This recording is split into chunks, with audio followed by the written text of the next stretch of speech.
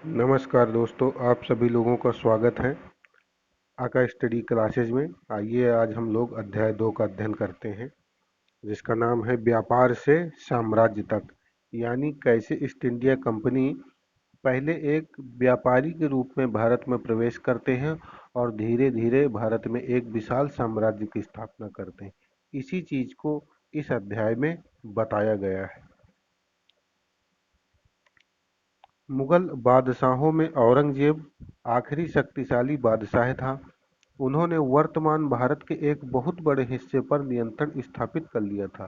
सन 1707 में उसकी मृत्यु के बाद बहुत सारे मुगल सूबेदार और बड़े-बड़े जमींदार अपनी ताकत दिखाने लगे थे। ऐसा क्यों करने लगे? ऐसा इसलिए करने लगे क्योंकि औरंगजेब अंतिम शासक था जो एक मजबूत शासक हुआ। जब इसके उत्तराधिकारी जो भी रहे, बहादुर शाह, जहांदर शाह, फर्रुखसियर, जितने भी रहे वो सब कमजोर उत्तराधिकारी थे और उनमें वो क्षमताएं नहीं थी जो उनके पूर्वजों में, अकबर में, जहांगीर, शाहजहां में और औरंगजेब में कंट्रोल करने की थी। इसलिए जो स्थानीय थे, सूबेदार थे और बड़े बड़े जमींदार थे, वो स्वतंत्र होने लगे। उन्होंने अपनी क्षेत्रीय रियासतें कायम कर ली। जैसे जैसे विभिन्न भागों में ताकतवर क्षेत्रीय रियासतें सामने आने लगी, दिल्ली अधिक दिनों तक प्रभावी केंद्र के रूप में नहीं रह सकी। 18वीं सदी के उत्तरार्ध तक राजनीतिक क्षितिज पर अंग्रेजों के रूप में एक नई ताकत उभरने लगी। क्या आप जानते हैं कि अंग्रेज पहले पहल एक छोटी सी व्यापारिक कंपनी के रूप में भारत आए थे और यहाँ के इलाकों पर कब्जे की उनकी ज़्यादा दिलचस्पी नहीं थी? तो फिर ऐसा कैसे हुआ कि एक दिन वे इस विशाल साम्राज्य अर्थात भारत के स्वामी बन बैठे? ऐसा इसलिए हुआ कि अंग्रेज तो आ गए थे, अकबर के समय में आए थे, फिर जहांगीर के समय में 1608 में आए। तो औरंगजेब के समय तक अंग्रेज जान रहे थे कि यहाँ पे मजबूत शासक बैठे हैं, और औरंगजेब के बाद जो शासक बैठे तो उन्होंने इस चीज़ को समझा, महसूस किया कि अब यहाँ के शासक बहुत कमज़ोर हैं, इनकी क्षमता नहीं है। तो देखिए, औरंगजेब की मृत्यु हो रही है 1707 में। यहाँ तक अंग्रेज कुछ नहीं करते, लेकिन प्लासी का युद्ध 1757 में हो रहा है। फिर बक्सर का युद्ध 1764 में हो रहा है। यहाँ से ये लोग एक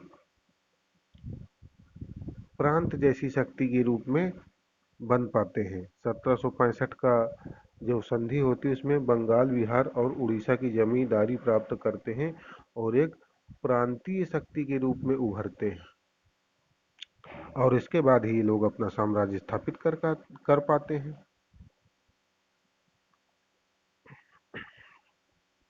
ये देखिए, एक चित्र दिया हुआ है कि औरंगजेब, ये कैप्टन हडसन द्वारा बहादुर शाह जफर और उनके बेटों की गिरफ्तारी। तो इसमें आप देख लीजिए, ये हडसन होगा कोई इनमें से, और ये बहादुर शाह जफर जो 1857 का विद्रोह था उसके समय में, और उनके बेटे हैं। ये देखिए, ये बेटे हैं, ये बेटे हैं, इनको पकड़े हुए हैं। औरंगजेब के बाद कोई मुगल शासक इतना ताकतवर तो नहीं हुआ, लेकिन एक प्रतीक के रूप में मुगल बादशाहों का महत्व बना हुआ था। जब 1857 में ब्रिटिश शासन के विरुद्ध भारी विद्रोह शुरू हो गया तो विद्रोहियों ने मुगल बादशाह बहादुर शाह जफर को ही अपना नेता मान लिया था। जब विद्रोह कुचल दिया गया तो कंपनी के बहादुर शाह जफर को देश छोड़ने के लिए मजबूर कर दिया और उनके बेटों को जफर के सामने ही मार डाला। इनके बेटों को, जो बहादुर शाह जफर थे, इनके बेटों को उन्हीं के सामने मार डाला था और इनको भेज दिया गया था रंगून, कि अब तुम ऐसा करो कि वहीं अपना जीवन काटो, यही तुम्हारा सजा है, कि ना तुम्हारे बच्चे रहेंगे और तुमको जिंदा भी रखा जाएगा। आगे चलते हैं। पूर्व में ईस्ट इंडिया कंपनी का आना। ये पूर्व क्या है? जो भारत है, यदि पूरे विश्व मानचित्र में देखा जाए तो विश्व मानचित्र की दृष्टि से भारत हमारा, ये देखिए ऐसे, तो भारत हमारा पूरब में पड़ेगा और ये पश्चिम में पड़ेगा। तो आगे भी आप लोग पढ़ेंगे और पढ़ चुके होंगे कि जो इंग्लैंड है ये सब है, ये क्या है, पश्चिमी देशों में गिने जाते हैं और भारत पूर्वी देश में गिना जाता है। और ये देखिए, ये भारत बना हुआ है ऐसे ऐसे ऐसे ऐसे करके। तो पूर्व की तरफ को आए तो ईस्ट माने पूरब होता है। तो कंपनी यहाँ से इंग्लैंड से आ रहे हैं इधर कंपनी स्थापित करने, तो इसका नाम ही रख दिया कि पूर्वी ईस्ट इंडिया कंपनी, यानी ईस्ट माने पूरब, तो पूर्वी ईस्ट इंडिया कंपनी। ये देखिए, ब्रिटिश आइसलैंड। अब यदि इनको यहाँ से आना है, ये ब्रिटिश आइसलैंड बना हुआ है। अब यदि इनको भारत आना है तो ये रास्ते से आएंगे, केप ऑफ गुड होप होते हुए।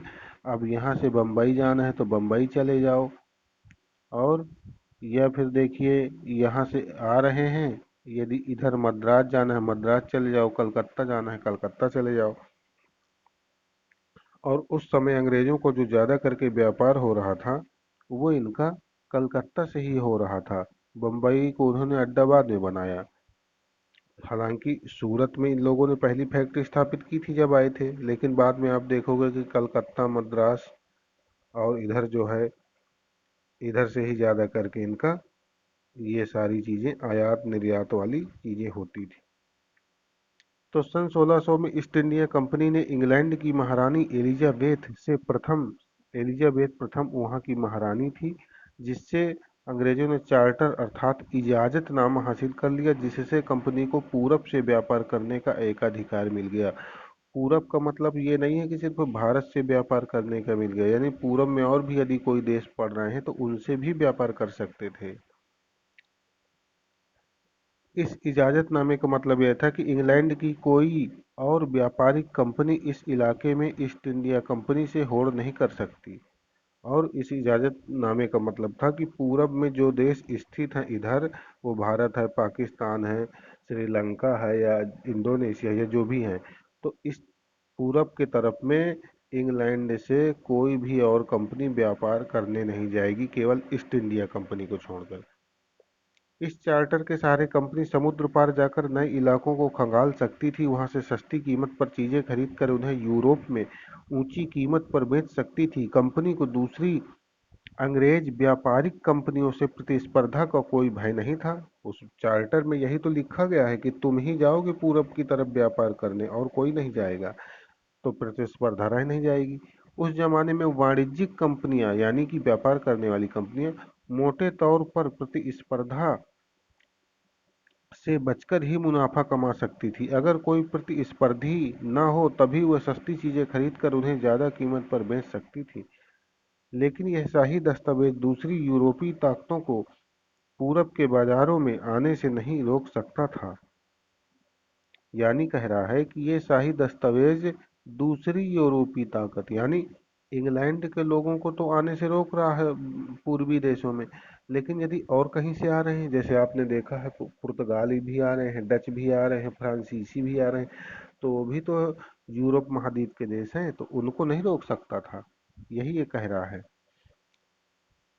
जब तक इंग्लैंड के जहाज अफ्रीका के पश्चिमी तट को छूते हुए केप ऑफ गुड होप का चक्कर लगाकर हिंद महासागर पार करते, तब तक पुर्तगालियों ने भारत के पश्चिमी तट पर अपनी उपस्थिति दर्ज करा दी थी।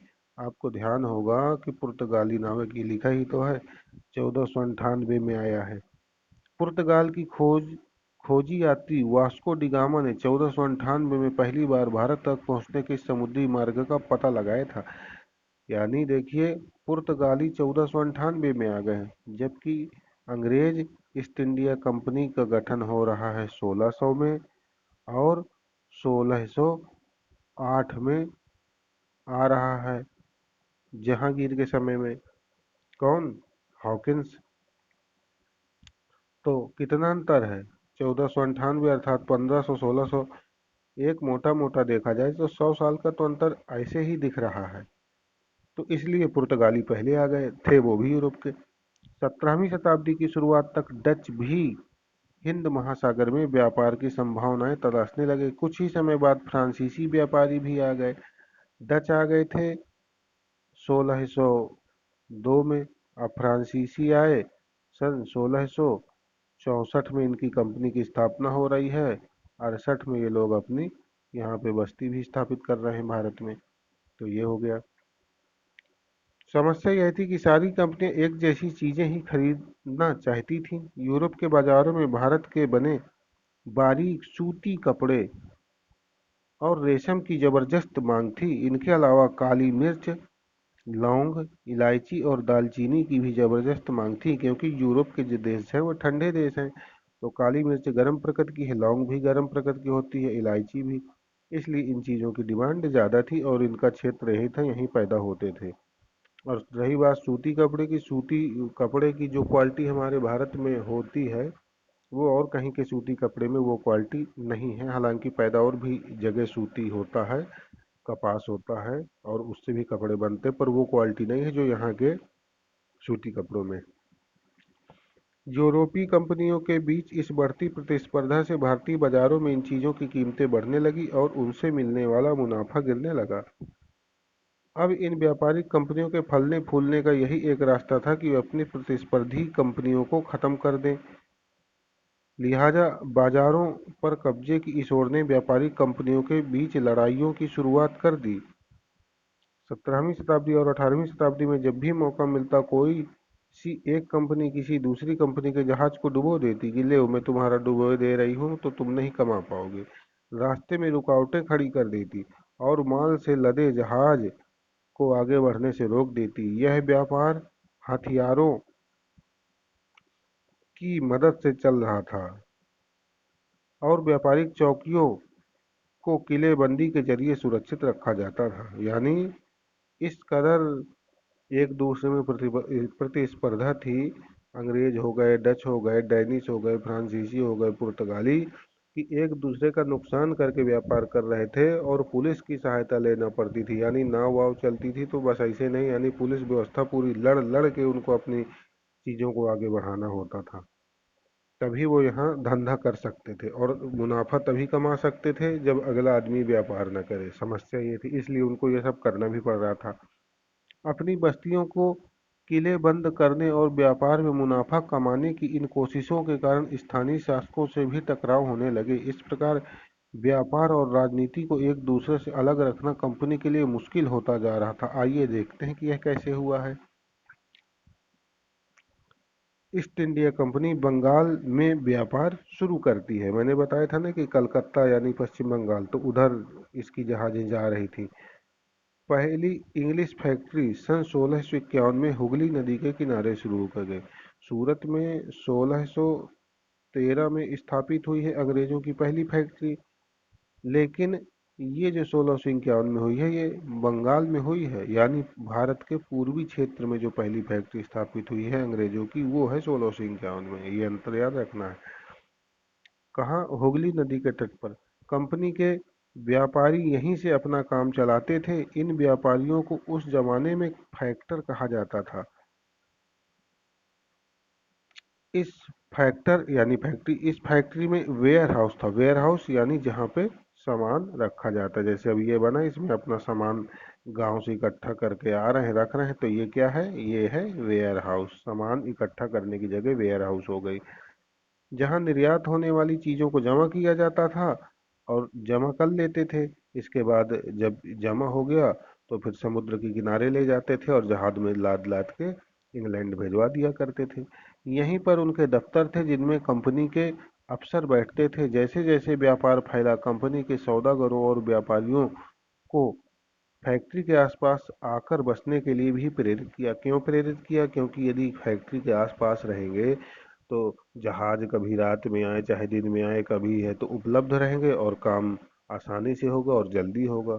और नहीं, पता चला 20 किलोमीटर दूर बसे हैं, फिर वहां से आ रहे हैं तो समय लगेगा, इसलिए उसी के आसपास बसने लगे।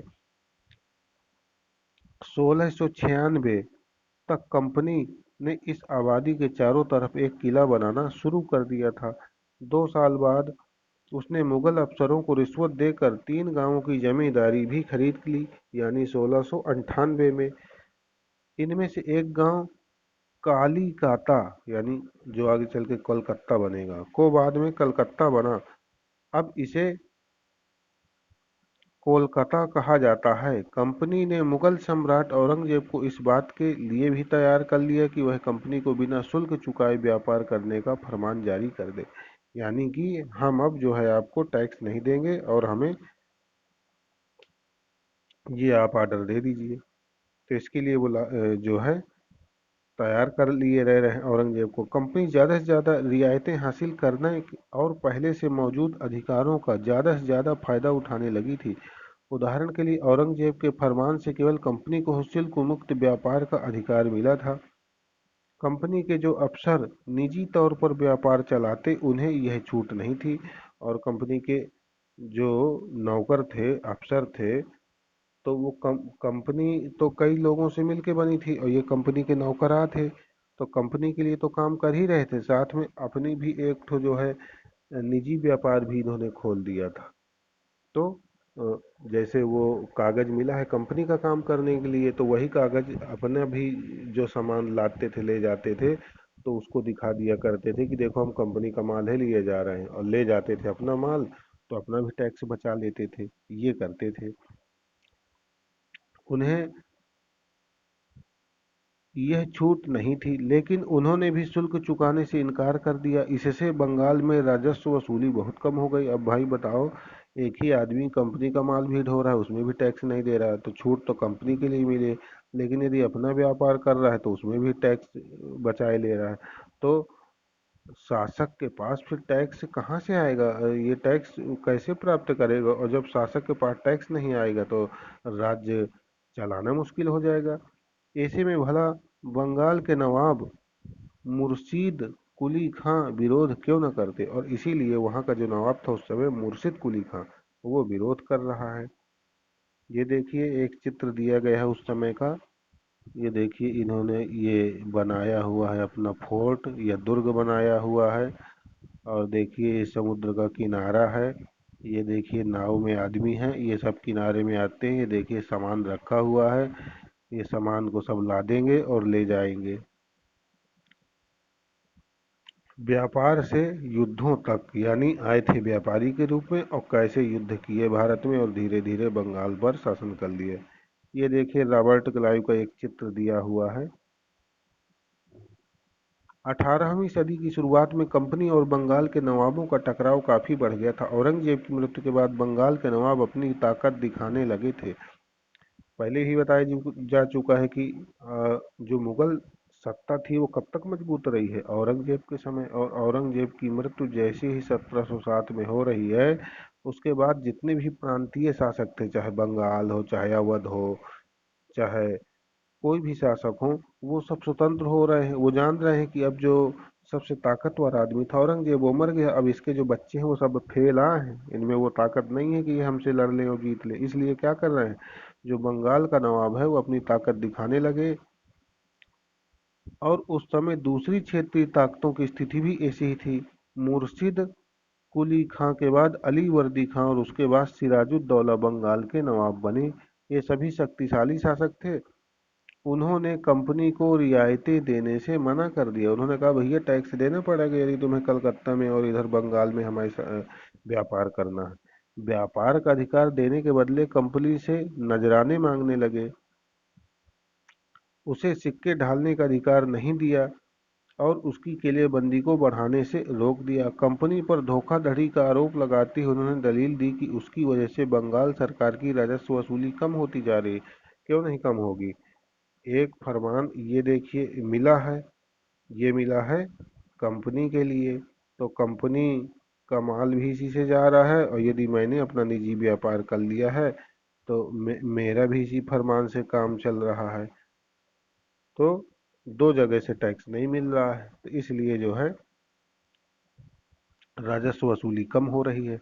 और नवाबों की ताकत कमजोर पड़ रही थी। कंपनी टैक्स चुकाने को तैयार नहीं थी। उसके अफसरों ने अपमानजनक चिट्ठियां लिखी और नवाबों व उनके अधिकारियों को अपमानित करने का प्रयास किया। कंपनी का कहना था कि स्थानीय अधिकारियों की बेतुकी मांगों से कंपनी का व्यापार तबाह हो गया है। व्यापार तभी फल फूल सकता है जब सरकार शुल्क हटा ले। कंपनी को इस बात का भी यकीन था कि अपना व्यापार फैलाने के लिए उसे अपनी आबादी बढ़ानी होगी, गांव खरीदने होंगे और किलों पर पुनर्निर्माण करना होगा। जानते हैं कि आबादी बढ़ा लेंगे तभी इनसे लड़ पाएंगे। ये टकराव दिनों दिन गंभीर होते गए, अतः इन टकरावों की परिणति प्लासी का युद्ध हुआ, जो कि कब हुआ? 23 जून और 1757 में हुआ है। आइए देखते हैं क्या कह रहा है। कठपुतली देख लें। यह एक खिलौना होता है जिसे आप धागों के सहारे अपने हिसाब से नचाते हैं। हाँ, बिल्कुल सही है। और ये सबसे ज्यादा कहाँ है? राजस्थान में ये खेल बहुत चलता है। जो व्यक्ति किसी और के इशारों पर चलता है उसका भी मजाक उड़ाने के लिए हम उसे कठपुतली कहते हैं। प्लासी का युद्ध 23 जून 1757 में अली वर्दी खां की मृत्यु के बाद सिराजुद्दौला बंगाल के नवाब बने। सिराजुद्दौला बंगाल के नवाब बन गए। कंपनी को सिराजुद्दौला की ताकत से काफी भय था। सिराजुद्दौला की जगह कंपनी एक ऐसा कठपुतली नवाब चाहती थी, यानी कि ऐसा आदमी हो कि उसको अपने हिसाब से चला सके, नचा सके, तो वही कठपुतली होती है, जो उसे व्यापारिक रियायतें और अन्य सुविधाएं आसानी से देने में आनाकानी न करे। यदि कह दे कि लो ये हमने लेटर बना दिया, हमको इसमें इतनी छूट दो, करो दस्तखत, तो वो कर दे। ऐसा शासक वो चाहते थे। कंपनी ने प्रयास किया कि सिराजुद्दौला के प्रतिद्वंदियों में से किसी को नवाब बना दिया जाए। कंपनी को कामयाबी नहीं मिली। जवाब में सिराजुद्दौला ने हुक्म दिया कि कंपनी उनके राज्य के राजनीतिक मामलों में टांग अड़ाना बंद कर दे, किलेबंदी रोके और बाकायदा राजस्व चुकाए। जब दोनों पक्ष पीछे हटने को तैयार न हुए तो अपने 30,000 सिपाहियों के साथ नवाब ने कासिम बाजार में स्थित इंग्लैंड फैक्ट्री पर हमला बोल दिया। ये कासिम बाजार वहीं कलकत्ता में था। और ये कासिम बाजार जो है, यहाँ पे क्या थी? इंग्लिश फैक्ट्री थी कासिम बाजार के पास, तो उसमें हमला बोल दिया। नवाब की फौजों ने कंपनी के अफसरों को गिरफ्तार कर लिया, गोदाम पर ताला डाल दिया, अंग्रेजों के हथियार छीन लिए गए और अंग्रेजी जहाजों को घेर लिया गया। इसके बाद नवाब ने कंपनी के कलकत्ता स्थित किले पर कब्जे के लिए उधर का रुख किया। कलकत्ता के हाथ से निकल जाने की खबर सुनने पर मद्रास में तैनात कंपनी के अफसर भी रॉबर्ट क्लाइव के नेतृत्व में चुनाव के लिए रवाना हुए। अब देखिए, ये है भारत, ठीक है, और यहाँ पे कलकत्ता पड़ता है। यहाँ पे लड़ाई हो रही है। अब कहाँ से आए हैं? मद्रास से। मद्रास ये क्षेत्र है, ये तमिलनाडु राज्य। अब इसमें है मद्रास या चेन्नई जिसे कहते हैं। तो यहाँ से क्लाइव आ रहा है यहाँ पे सहायता देने के लिए, ठीक है, इतनी दूर से आ रहा है। महान्यालय का चित्र बना है East India House, Leadenhall Street. East India Company को कोर्ट ऑफ प्रोप्राइटर्स की लंदन स्थित लेडन हॉल स्ट्रीट पर बने ईस्ट इंडिया हाउस में बैठकें होती थी। ऐसी ही एक सभा का चित्र ये देखिए, ये चित्र दिया हुआ है लेडन हाउस का। चलिए आगे चलते हैं।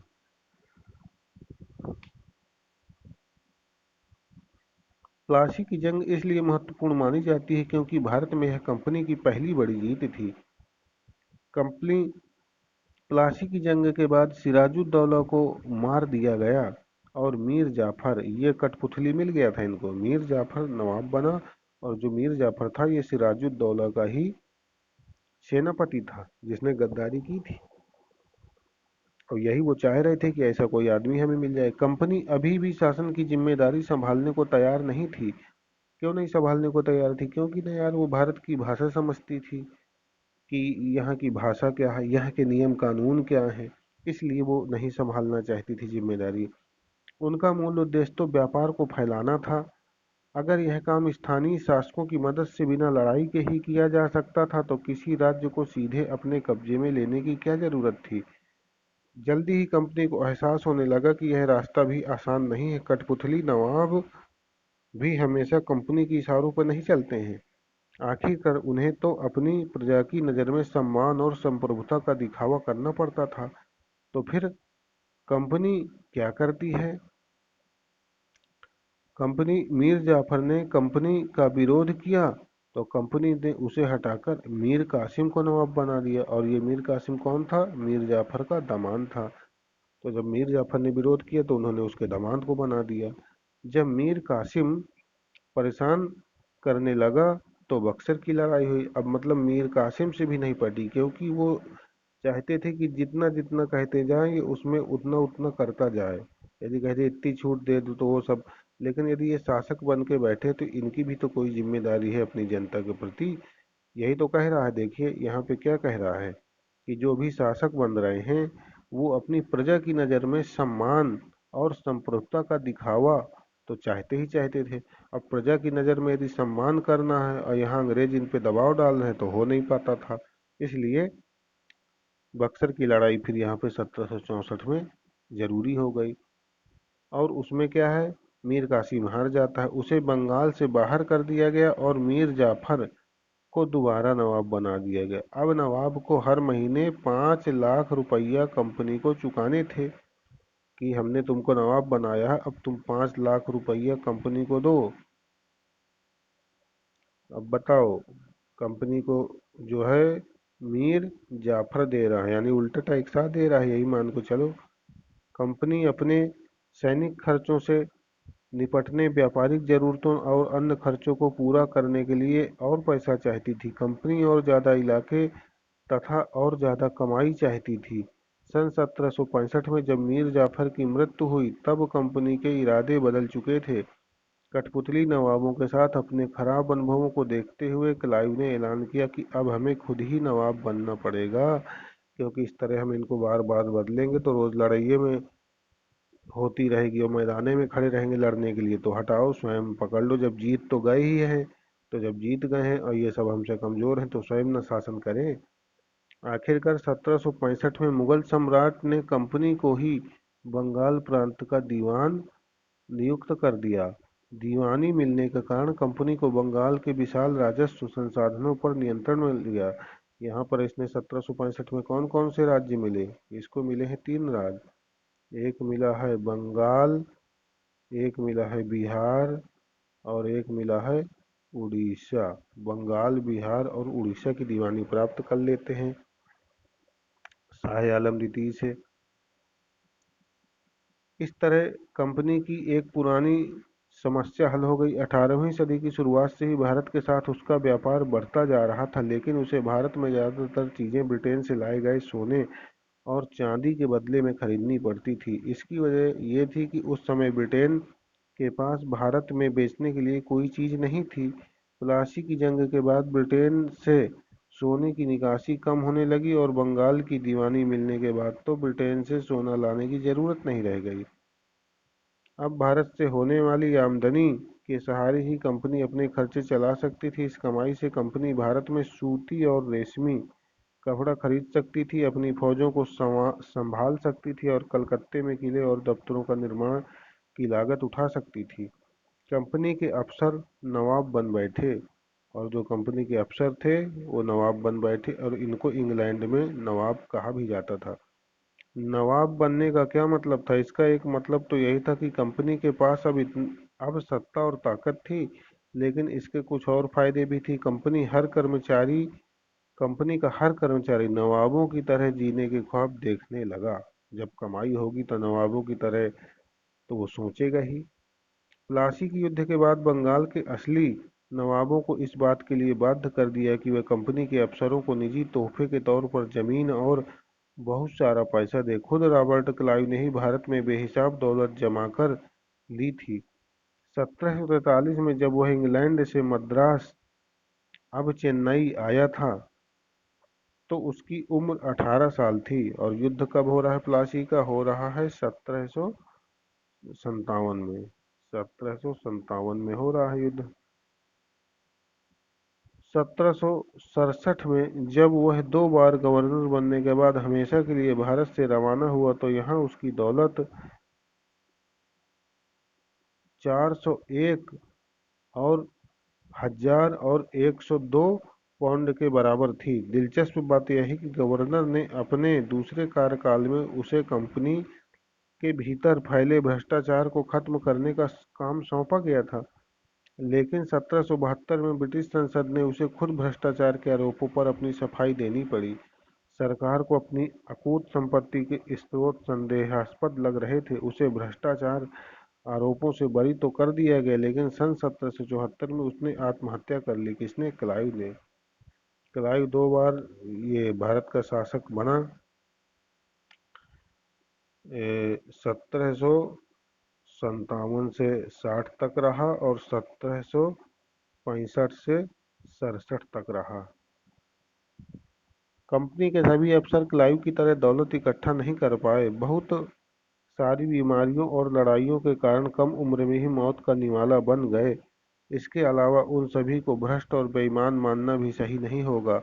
उनमें से बहुत सारे अफसर साधारण परिवारों से आए थे। उनकी सबसे बड़ी इच्छा बस यही थी कि वे भारत में ठीक ठाक पैसा कमाएं और ब्रिटेन लौटकर आराम से जिंदगी बसर करें।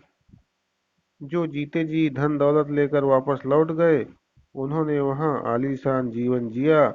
उन्हें वहाँ के लोग नवाब कहते थे। यानी जैसे नहीं होता, नहीं कि परदेश कमाने जा रहे हैं, तो ये मान लो कि भारत आते थे वहाँ के लोग, तो परदेश या कमाने आते थे, और यहाँ से जो पैसा जमाया, तो जहाँ 5-5 साल 10-10 साल का कार्यकाल होता था, वहाँ बढ़िया घर वर बनवा लिया, आलीशान जीवन जी रहे हैं। इसीलिए तो लोग पैसा कमाते हैं। तो उनकी आलीशानता देख करके वहाँ के जो साधारण आदमी थे तो उनको नवाब कहते थे, क्योंकि नवाब भारत में ही हुआ करते थे, इसलिए उनको भी नवाब कहा जाता था। यह भारतीय शब्द नवाब का ही अंग्रेजी संस्करण बन गया था। उन्हें लोग अक्सर नए अमीरों और सामाजिक हैसियत में रातों रात ऊपर आने वाले लोगों के रूप में देखते थे। नाटकों और कार्टूनों में उनका मजाक उड़ाया जाता था। कंपनी का फैलता शासन। यदि 1757 से 1857, यानी देखा जाए तो 100 साल के बीच ईस्ट इंडिया कंपनी के द्वारा भारतीय राज्यों पर कब्जे की प्रक्रिया को देखें तो कुछ महत्वपूर्ण बातें सामने आई हैं। 1757 प्लासी का युद्ध हो रहा है सिराजुद्दौला के में। यहीं से कंपनी राज्यों पे, जमीनों पे कब्जा कर रही है, और 1857 का जो युद्ध होता है, यहाँ से महारानी रोक लगा देती कि अब आप जो है भारत में किसी भी भूमि पर कब्जा नहीं करेंगे। तो 100 साल में इन्होंने बहुत कब्जाया। देखते हैं। किसी अनजान इलाके में कंपनी ने सीधे सैनिक हमला प्रायः नहीं किया। उसने किसी भी भारतीय रियासत का अधिग्रहण करने से पहले विभिन्न राजनैतिक, आर्थिक और कूटनैतिक साधनों का इस्तेमाल किया। बक्सर की लड़ाई 1764 के बाद कंपनी ने भारतीय रियासतों में रेजिडेंट तैनात कर दिए। ये कंपनी के राजनैतिक और व्यावसायिक प्रतिनिधि होते थे। उनका काम कंपनी के हितों की रक्षा करना था और उन्हें आगे बढ़ाना था। रेजिडेंट के माध्यम से कंपनी के अधिकारी भारतीय राज्यों के भीतरी मामलों में भी दखल देने लगे। अगला राजा कौन होगा, किस पद पर किसको बैठाया जाएगा, इस तरह की चीजें भी कंपनी के अफसर ही तय करना चाहते थे। कई बार कंपनी ने रियासतों पर सहायक संधि भी थोप दी। वो क्यों तय करना चाहते थे कि इस पद पे ये बैठे, ऐसा से ऐसा हो, क्योंकि वो उस आदमी को ही बैठाना चाहते थे राजा, महाराजा, मंत्री या सेनापति के रूप में, जो उनके इशारों से काम कर सके, ताकि उनके व्यापारिक जो अधिकार थे और जो व्यापारिक लाभ ही मिल रहे थे वो ना खत्म होने पाए। जो रियासत इस बंदोबस्त को मान लेती थी, उसे अपनी स्वतंत्र सेनाएं रखने का अधिकार नहीं रहता था। यानी जो लोग सहायक संधि स्वीकार कर लेते थे, उसे कंपनी की तरफ से सुरक्षा मिलती थी, और सहायक सेना के रख रखाव के लिए वह कंपनी को पैसा देती थी। अगर भारतीय शासक रकम अदा करने में चूक जाते थे तो जुर्माने के तौर पर उनका इलाका कंपनी अपने कब्जे में ले लेती थी। उदाहरण के लिए, जब रिचर्ड वेलेजली ने गवर्नर जनरल 1798 से 1805 में हुआ था, उस समय अवध के नवाब ने 1801 में अपना आधा इलाका कंपनी को सौंपने के लिए मजबूर किया गया, क्योंकि नवाब सहायक सेना के लिए पैसा अदा करने में चूक गए थे। यानी अवध में क्या था? ये अवध राज था। अवध राज में अंग्रेजों ने अपनी सैनिक टुकड़ी रखी थी, और इस सैनिक टुकड़ी का जो रख रखाव का खर्चा था वो अवध को देना था। तो अवध की मान लो आमदनी नहीं हुई, कुछ ऐसा कारण रहा होगा, तो वो पैसा नहीं दे पाई अंग्रेजों को इन सैनिकों के रख रखाव के लिए। तो उसने क्या किया, आधा उसका राज्य ही हड़प लिया कि आधा अब हमें दे दो, क्योंकि तुम इनका पैसा नहीं दे पाए हो। यही वो संधि किए थी उससे। तो 1801 में अवध को इसने अपने में मिला लिया। पूरा नहीं, आधा राज्य मिला लिया है। आगे क्या है? क्योंकि नवाब सहायक सेना के लिए पैसा अदा करने में चूक गए थे। इसी आधार पर हैदराबाद के भी कई इलाके छीने गए। ये देखिए दिखाया जा रहा है अपने बेटों और ब्रिटिश रेजिडेंट के साथ खड़े नवाब शुजाउद्दौला टिली कैटल द्वारा बनाया गया चित्र सन 1772। चलिए देखते हैं। बक्सर की लड़ाई के बाद हुई संधियों के फलस्वरूप नवाब शुजाउद्दौला के ज्यादातर अधिकार छिन गए थे। ये शुजाउद्दौला कौन थे? ये शुजाउद्दौला अवध का नवाब था, बंगाल का नहीं था। लेकिन यहाँ वह रेजिडेंट के सामने अपनी चिर परिचित शाही शानो शौकत के साथ दिखाई दे रहे हैं। रेजिडेंट क्या था? रेजिडेंट की ताकत क्या थी? इसको भी समझ लेते हैं। कंपनी द्वारा नियुक्त किए गए रेजिडेंट के बारे में स्कॉटलैंड के प्रसिद्ध अर्थशास्त्री और राजनीतिक दार्शनिक जेम्स मिल ने यह कहा है कि दरअसल रेजिडेंट रियासत का राजा होता था। हम उसे हस्तक्षेप की मनचाही निषेधाज्ञा के तहत काम करने की छूट देते हैं जब तक स्थानीय राजा पूरी तरह अधीनस्थ रहता है और रेजिडेंट यानी ब्रिटिश सरकार के माफिक काम करता है तो चीजें आराम से चलती रहती हैं। शासन के कामों में रेजिडेंट की दखलंदाजी के बिना सब कुछ चल जाता है। जब भी कुछ अलग तरह का घटता है, जब भी राजा कोई ऐसा रास्ता अपनाता है जिसे ब्रिटिश सरकार गलत मानती है तो टकराव और उथल-पुथल पैदा हो जाती है। कुल मिलाकर रेजिडेंट इन्होंने रखा था कि जाके इनका शासन इनके राज्य में रहो, और यदि ये कोई ऐसा काम करे जो कि अंग्रेजों के विरुद्ध है, हमारे विरुद्ध है, तो फिर इनको परेशान करेंगे या इन पे नकेल कसना है, और नहीं तो इनको अपना काम करने दो, कोई दिक्कत नहीं। टीपू सुल्तान शेर ए मैसूर। जब कंपनी को अपने राजनैतिक और आर्थिक हितों का खतरा दिखाई दिया तो कंपनी ने प्रत्यक्ष सैनिक टकराव का रास्ता भी अपनाया। दक्षिण भारतीय राज्य मैसूर, जो कर्नाटक में है, के उदाहरण से यह बात समझी जा सकती है। हैदर अली शासनकाल 1761 से 82 और उसके विख्यात पुत्र टीपू सुल्तान शासनकाल 1782 से 99 जैसे शक्तिशाली शासकों के नेतृत्व में मैसूर काफी ताकतवर हो चुका था। मालाबार तट पर होने वाला व्यापार, मालाबार तट कहाँ है? ये केरल राज्य में है। व्यापार मैसूर रियासत के नियंत्रण में था, जहां से कंपनी काली मिर्च, इलायची खरीदती थी। 1785 में टीपू सुल्तान ने अपनी रियासत में पड़ने वाले बंदरगाहों से चंदन की लकड़ी, काली मिर्च और इलायची का निर्यात रोक दिया। सुल्तान ने स्थानीय सौदागरों को भी कंपनी के साथ कारोबार करने से रोक दिया। टीपू सुल्तान ने भारत में रहने वाले फ्रांसीसी व्यापारियों से घनिष्ठ संबंध विकसित किए और उनकी मदद से अपनी सेना का आधुनिकीकरण किया।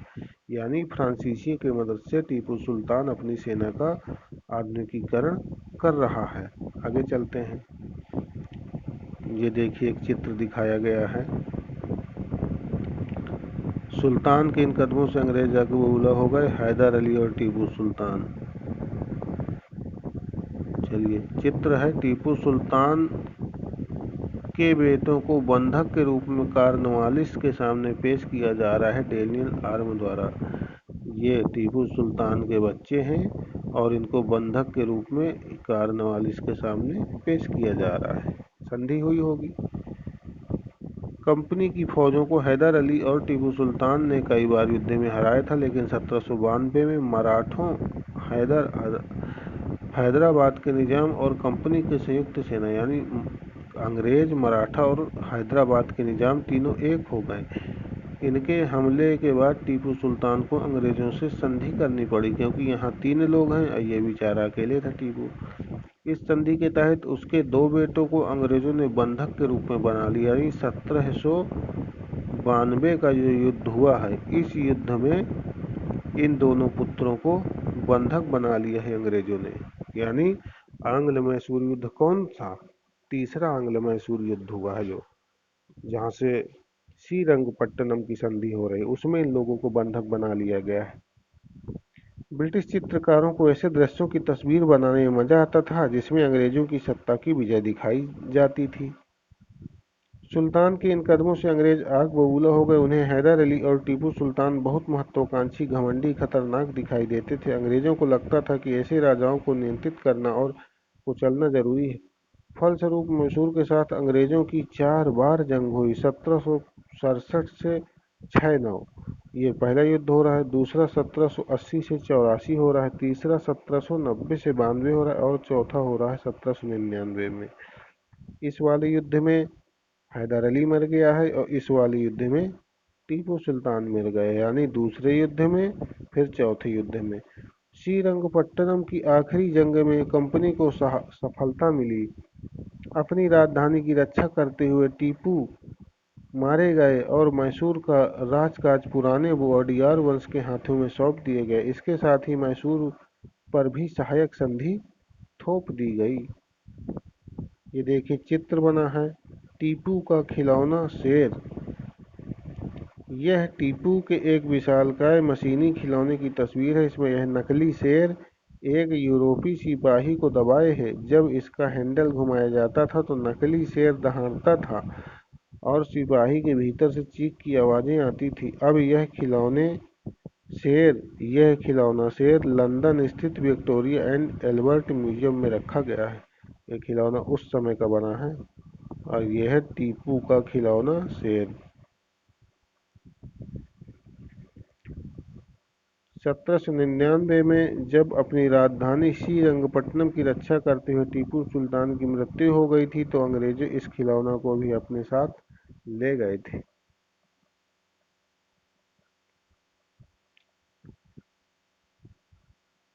आगे चलते हैं।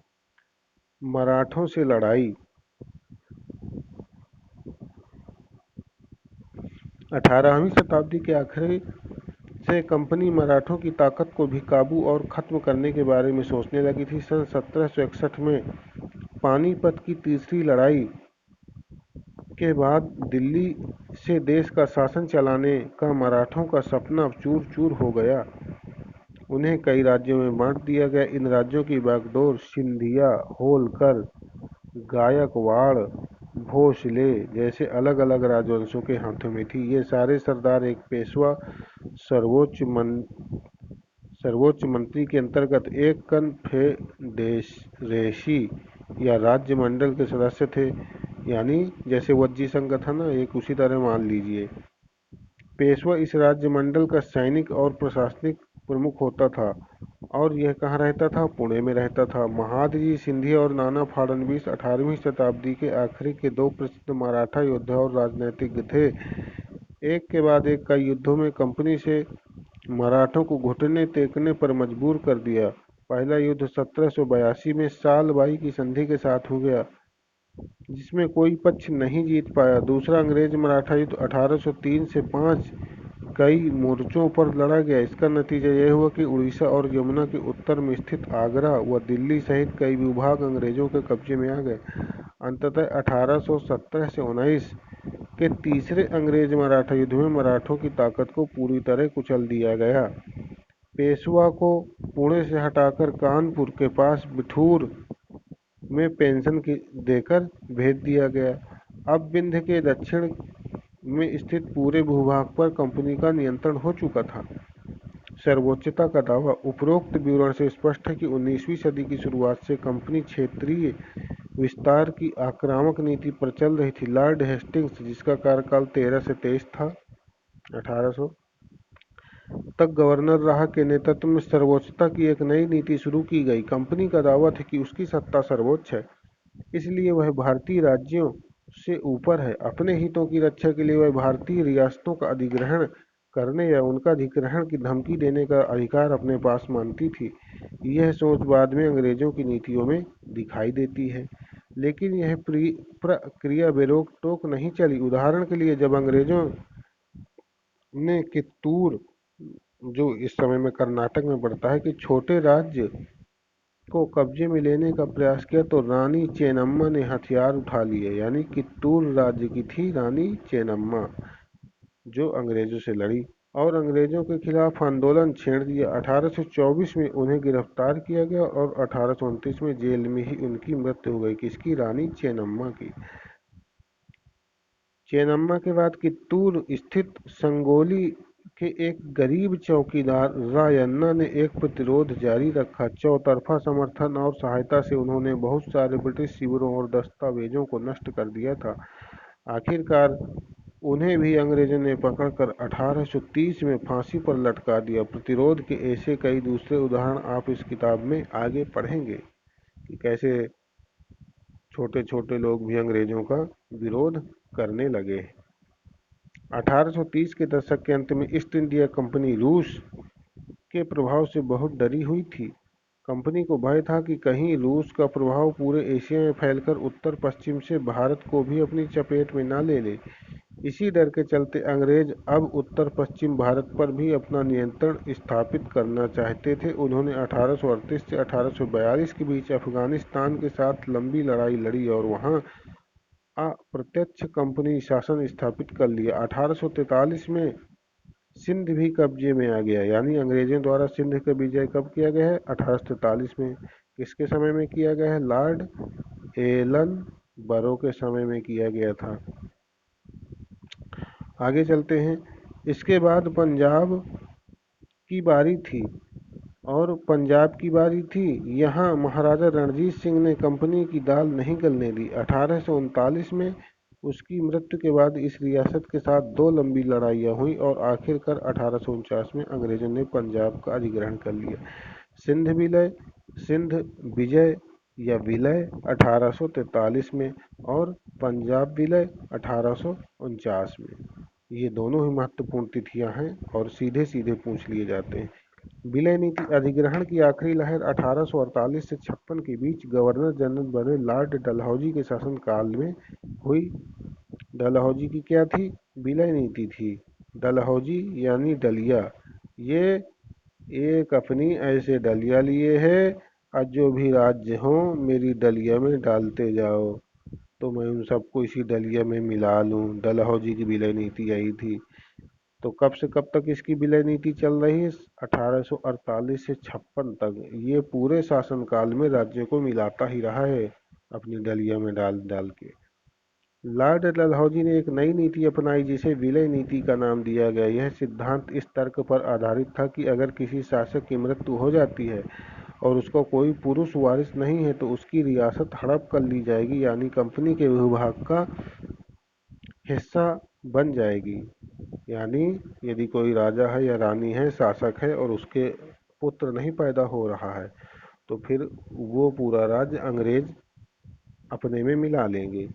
इस सिद्धांत के आधार पर एक के बाद एक रियासतें सतारा 1848, संभलपुर 1850, उदयपुर 1852, नागपुर 1853, झांसी 1854 अंग्रेजों के हाथ में चली गई। आखिर 1856 में कंपनी ने अवध को भी ले लिया। 1856 में अवध को विलय कर रहे हैं और आपको ध्यान होगा, अभी पढ़ा है आपने, 1801 में क्या किया है? अवध का आधा राज्य ले लिया था जब उसका सैनिक खर्चा नहीं चुका पाए थे।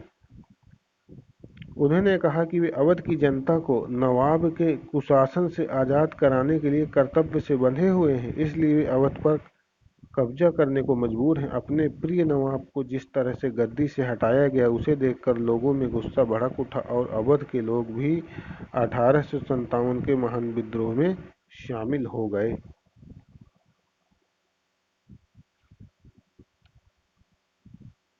देखिए सन 1797 में दिखाया गया है। ये जो पीला पीला है ये क्षेत्र अंग्रेजों का है, ये अंग्रेजों का है जो केवल पीला पीला है बस।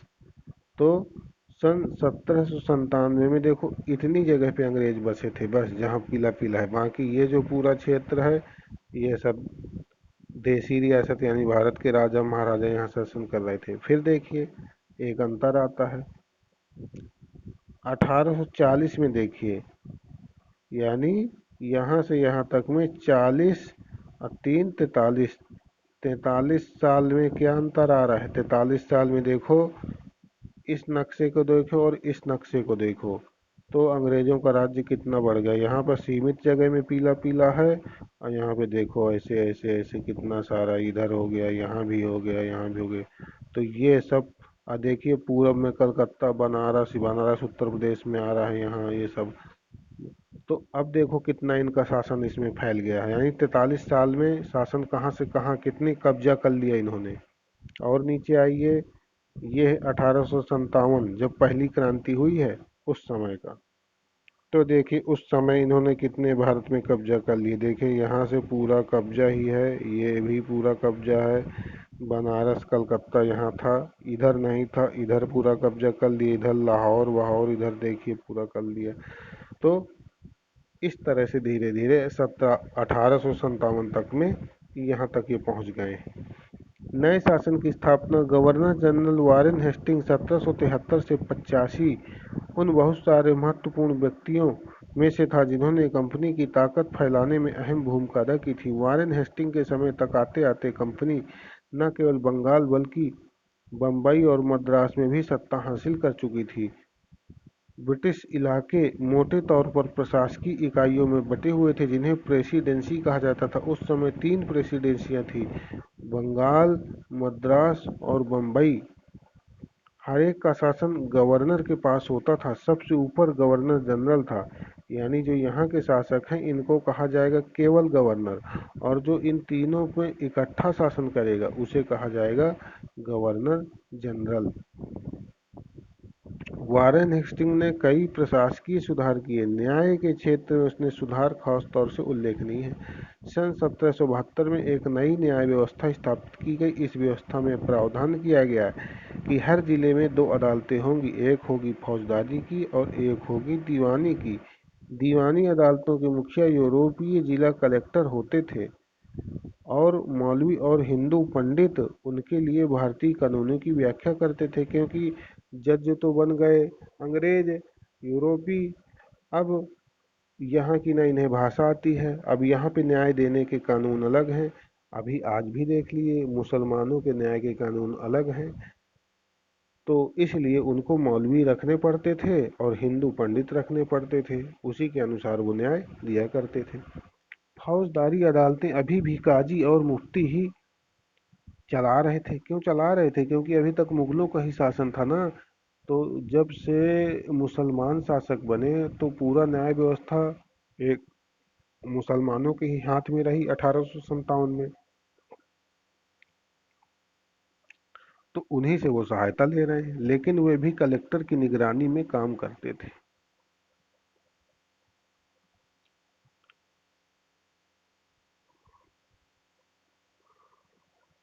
एक बड़ी समस्या यह थी कि ब्राह्मण पंडित धर्मशास्त्र की अलग शाखाओं के हिसाब से ये स्थानीय कानूनों की अलग अलग व्याख्या कर देते थे। इस भिन्नता को खत्म करके समरूपता लाने के लिए सन 1775 में 11 पंडितों को भारतीय कानूनों का एक संग्रह तैयार करने का काम सौंपा गया। एन बी हालहेड ने इस संकलन का अंग्रेजी अनुवाद किया। सन 1778 तक यूरोपीय न्यायाधीशों के लिए मुस्लिम कानूनों की भी एक संहिता तैयार कर ली गई।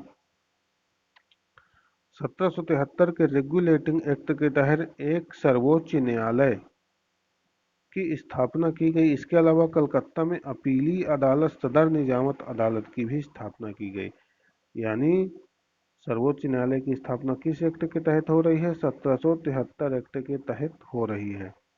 और भारतीय जिले में कलेक्टर सबसे बड़ा ओहदा होता था। जैसा कि नाम से ही पता चलता है, उसका मुख्य काम लगान और कर इकट्ठा करना था। कलेक्टर यानी कलेक्ट करने वाला। और क्या कलेक्ट करेगा? लगान कलेक्ट करेगा या टैक्स इकट्ठा करेगा, यही कलेक्ट करना है उसे। तथा न्यायाधीशों, पुलिस अधिकारियों व दरोगों की सहायता से जिले में कानून व्यवस्था बनाए रखना होता था। उसका कार्य था कलेक्ट्रेट सत्ता और संरक्षण का नया केंद्र बन गया, जिससे पुराने सत्ता केंद्रों को हाशिए पर ढकेल दिया। कंपनी के साथ कंपनी की फौज कंपनी के साथ भारत में शासन और सुधार के नए विचार तो आए, लेकिन उनकी असली सत्ता सैनिक ताकत में थी। मुगल फौज मुख्य रूप से घुड़सवार, घोड़े पर चलने वाले प्रशिक्षित और पैदल सेना थी। उन्हें तीरंदाजी और तलवारबाजी का प्रशिक्षण दिया जाता था। सेना में सवारों का दबदबा रहता था और मुगल साम्राज्य को एक विशाल पेशेवर प्रशिक्षण वाली पैदल सेना की जरूरत महसूस नहीं होती थी। ग्रामीण इलाकों में सशस्त्र किसानों की बड़ी संख्या थी। स्थानीय जमींदार मुगलों को जरूरत पड़ने पर पैदल सिपाही मुहैया करा देते थे। 18वीं शताब्दी में जब अवध और बनारस जैसी रियासतों में किसानों को भर्ती करके उन्हें पेशेवर सैनिक प्रशिक्षण दिया जाने लगा तो यह सूरत बदलने लगी। ईस्ट इंडिया कंपनी ने जब अपनी सेना के लिए भर्ती शुरू की तो उसने भी यही तरीका अपनाया। अंग्रेज अपनी सेना को सिपाही, जो भारतीय शब्द सिपाही से ही बना है, आर्मी कहते थे। सन 1820 के दशक में जैसे जैसे युद्ध तकनीकी बदलने लगी, कंपनी की सेना में घुड़सवार टुकड़ियों की जरूरत कम होती गई। इसकी वजह यह थी कि ब्रिटिश साम्राज्य बर्मा, अफगानिस्तान, मिस्र में भी लड़ रहा था, जहां सिपाही मस्केट, तोड़ेदार बंदूक और मैच लॉक से लैस होते थे। कंपनी की सेना में सिपाहियों को बदलती सैनिक आवश्यकताओं का ध्यान रखना पड़ता था और अब उसकी पैदल टुकड़ी ज्यादा महत्वपूर्ण होती जा रही थी। 19वीं सदी की शुरुआत में अंग्रेज एक समरूप सैनिक संस्कृति विकसित करने लगे थे, यानी सारे सैनिकों को बराबर मानना। सिपाहियों को यूरोपीय ढंग का प्रशिक्षण, अभ्यास और अनुशासन सिखाया जाने लगा, यानी सारे सिपाहियों को, चाहे वो किसी भी धर्म संप्रदाय का हो, सब बराबर, यही है समरूप। अब उसका जीवन पहले से भी ज़्यादा नियंत्रित था। इस कोशिश में कभी कभी समस्याएं भी आ जाती थी, क्योंकि पेशेवर सिपाहियों की सेना खड़ा करने के चक्कर में अंग्रेज कई बार जाति और समुदाय की भावनाओं को नज़रअंदाज कर देते थे। भला लोग अपनी जाति और धार्मिक भावनाओं को इतनी आसानी से कैसे छोड़ सकते थे? क्या वे खुद को अपने समुदाय का सदस्य मानने की बजाय सिर्फ सिपाही मान सकते थे? सिपाही क्या महसूस करते थे? अपने जीवन और अपनी पहचान, यानी वे कौन हैं, इस बात के एहसास में जो बदलाव आ रहे थे, उनको सिपाहियों ने किस तरह देखा? 1857 का विद्रोह हमें सिपाहियों की इस दुनिया की झलक दिखाता है। इस विद्रोह के बारे में आप अध्याय 5 में पढ़ेंगे। निष्कर्ष क्या है? निष्कर्ष है, ईस्ट इंडिया कंपनी एक व्यापारिक कंपनी से बढ़ते बढ़ते एक भौगोलिक औपनिवेशिक शक्ति बन गई। 19वीं सदी की शुरुआत में नई भाप तकनीकी के आने से यह प्रक्रिया और तेज हुई, यानी भाप तकनीकी आ गई, भाप से इंजन बना और वही इंजन रेलगाड़ी को खींचता था। तो ये और तेजी से हो गया। जब तब तक समुद्र मार्ग से भारत पहुंचने में 6 से 8 महीने का समय लग जाता था, भाप के चलने वाले जहाजों ने यह यात्रा 3 हफ्तों में समेट दी। अच्छा, भाप इंजन से पानी वाले जहाज भी चल रहे हैं, और ये जो रेल है ये भी भाप इंजन से ही पहले चलती थी। इसके बाद कोयला इंजन आया, कोयला इंजन के बाद डीजल इंजन आया, और वर्तमान में आप विद्युत इंजन देख रहे हैं। इसके बाद तो ज़्यादा से ज़्यादा अंग्रेज और उनके परिवार भारत जैसे दूर देश में आने लगे। 1857 तक भारतीय उपमहाद्वीप के 63% भूभाग और 78% आबादी पर कंपनी का सीधा शासन स्थापित हो चुका था। तो वही देखिए, आपको जो चित्र दिखाए हैं 3 तो 1857 में 63% भूभाग पर शासन कर रहा है, वही उस चित्र में दिखाया गया है। देश के शेष भूभाग और आबादी पर कंपनी का अप्रत्यक्ष प्रभाव था। इस प्रकार व्यवहारिक स्तर पर ईस्ट इंडिया कंपनी पूरे भारत को अपने नियंत्रण में ले चुकी थी। तो ये चैप्टर समाप्त हुआ है इस प्रकार से। तो उम्मीद करता हूँ कि आपके लिए ये बहुत ही लाभदायक सिद्ध होगा, और यदि आप लोगों को समझ में आया हो तो इस चैनल को सब्सक्राइब करें, और ऐसी वीडियो आपको आगे भी मिलेंगी। ओके, धन्यवाद।